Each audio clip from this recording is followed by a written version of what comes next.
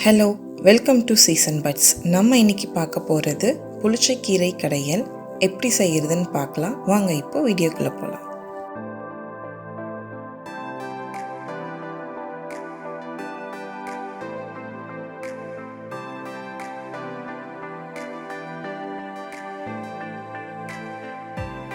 கீரை கடையிற சட்டியில் 2 கப் தண்ணி ஊற்றி, தண்ணி நல்லா சூடானதும் எடுத்து வச்சுருக்க பச்சை மிளகா சேர்த்துக்கணும். காரத்துக்கு ஏற்ற மாதிரி பச்சை மிளகா நம்ம சேர்த்துக்கலாம். ஒரு பிளேட் போட்டு மூடி வச்சிடலாம். தண்ணி நல்லா கொதி வந்ததும் நம்ம கீரையை சேர்க்கணும். தண்ணி நல்லா கொதிச்சிருச்சு. இப்போ நம்ம கழுவி எடுத்து வச்சுருக்க கீரையை சேர்த்துக்கலாம்.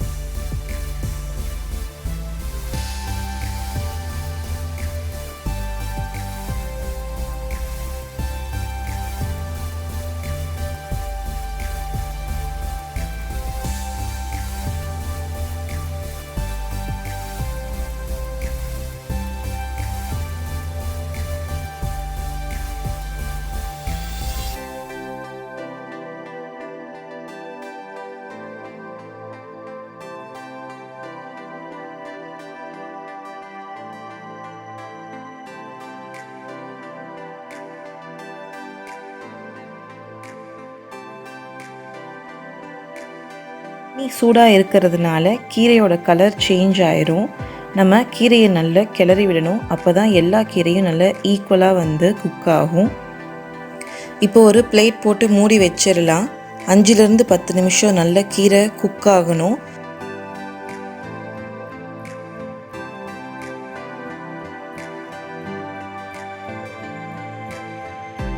இப்போது கீரை நல்லா வெந்துருச்சு.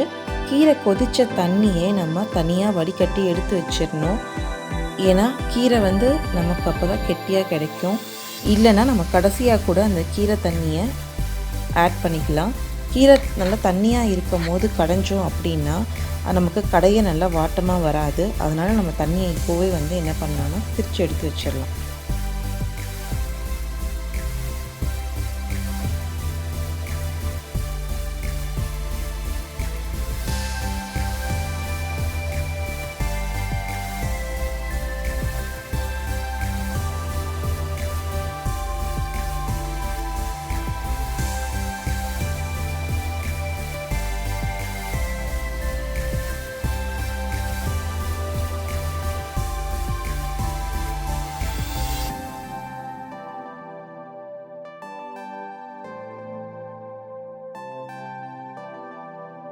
கடாயில் ஒரு குழிக்கரண்டி எண்ணெய் ஊற்றி, எண்ணெய் நல்லா காஞ்சதும் 1 டீஸ்பூன் வடகம் சேர்த்துக்கலாம்.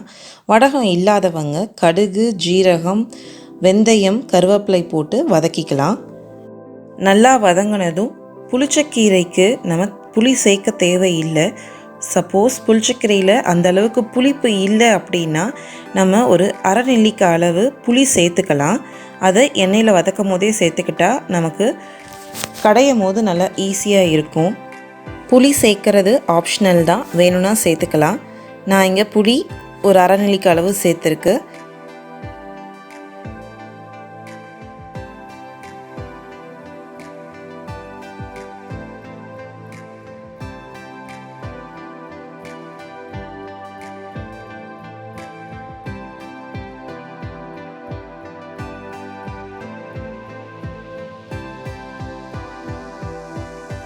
மிளகா போட்டு நல்லா வதக்கிட்டு தேவையான அளவு பூண்டு சேர்த்துக்கலாம். பூண்டையும் நல்லா வதக்கணும்.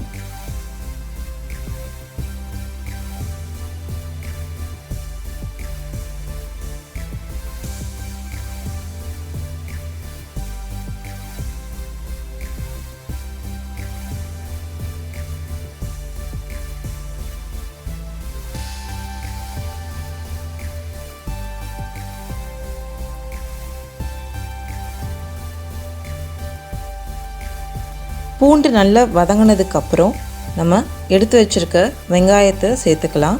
வெங்காயத்தையும் நல்லா வதக்கணும். வெங்காயோட டெக்ஸ்சர் மாறுற அளவுக்கு நம்ம நல்லா வதக்கினா தான் கீரையில் போட்டு கடையிறதுக்கு ஈஸியாக இருக்கும்.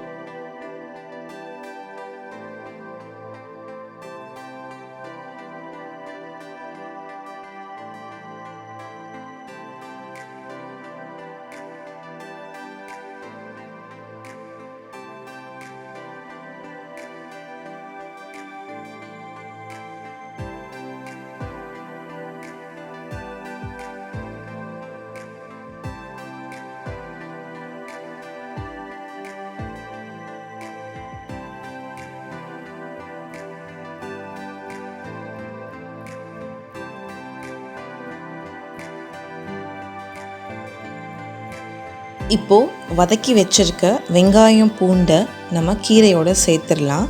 கீரையோடு சேர்த்து ஒரு 5லேருந்து 10 நிமிஷம் வேக விடணும். வேணும்னா நம்ம எடுத்து வச்சுருக்க கீரை தண்ணியை கொஞ்சமாக ஆட் பண்ணிக்கலாம்.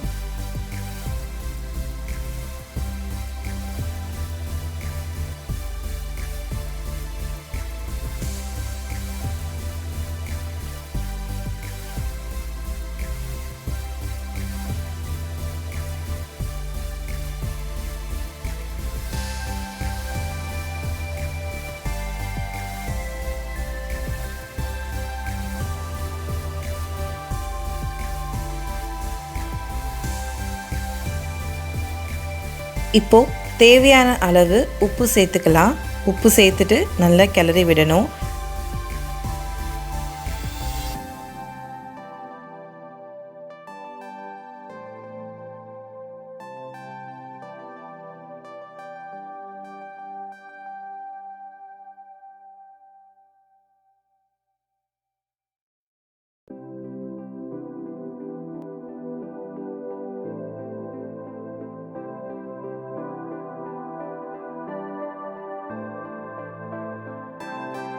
இப்போது கொத்தமல்லி இலை சேர்த்துடலாம்.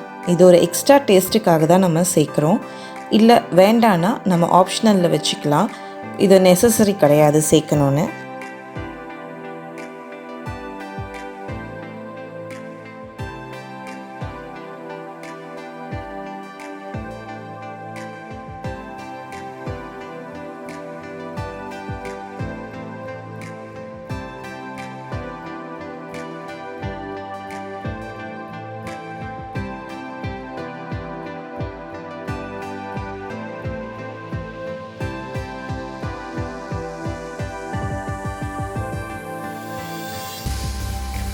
நல்லா கிளறி விட்டுட்டு ஒரு 5 நிமிஷம் மீடியம் ஃப்ளேமில் வச்சுட்டு ஸ்விட்ச் ஆஃப் பண்ணிடலாம்.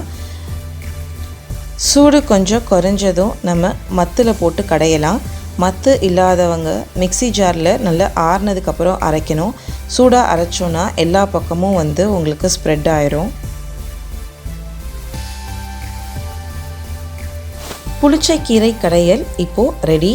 இதை நம்ம சாப்பாட்டோட நல்லெண்ணெய் சேர்த்து சாப்பிட்லாம். நல்ல ருசியாக இருக்கும். நம்ம சமைக்கும் போதே நல்லெண்ணெய் சேர்த்துக்கிட்டா கீரைக்கு இன்னொரு கூடுதல் டேஸ்ட்டும் கிடைக்கும். கண்டிப்பாக ட்ரை பண்ணி பாருங்கள்.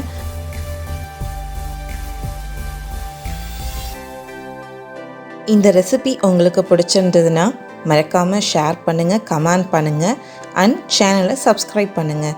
தேங்க்ஸ் ஃபார் வாட்சிங்.